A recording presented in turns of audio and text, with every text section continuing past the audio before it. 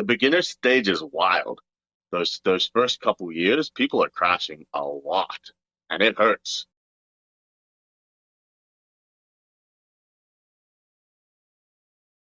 How does this compare in real life to what I see on TV?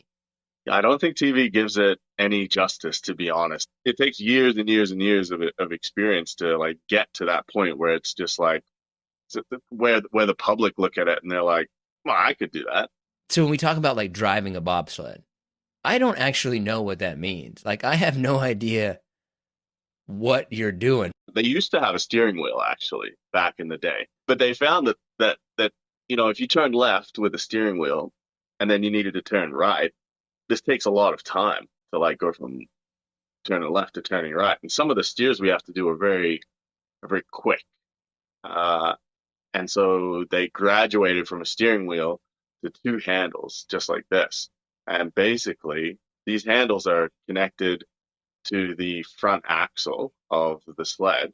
And if you pull right, the front runner blades will turn to the right. And if you pull left, they turn to the left. And then we can be a lot quicker on our steers to go from right to left because they're independent of each other. We don't have to, but we're not really like cranking steers so much like you would in a car.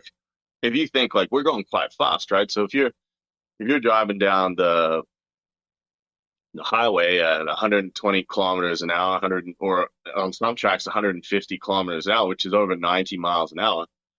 If you're driving down the highway at those speeds, you're not going to be, making some severe turns, right? So it's all very kind of soft and smooth turns that we're making.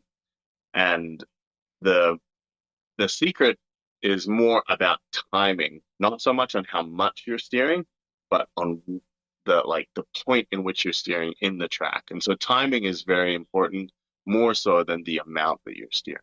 Just for kind of my understanding, right? Like if you didn't steer it at all, is this thing just like bouncing off the sides the whole way down?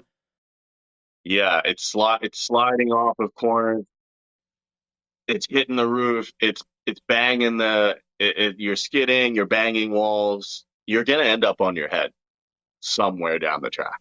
So what are the other people in the are they just basically they push and then they're just hanging out? Or are you kind of telling them like, "Hey guys, lean left, lean right." Yeah, you got it. They push and they get in, and that's it. Now, I don't want to dumb it down too much like that because their job is extremely important.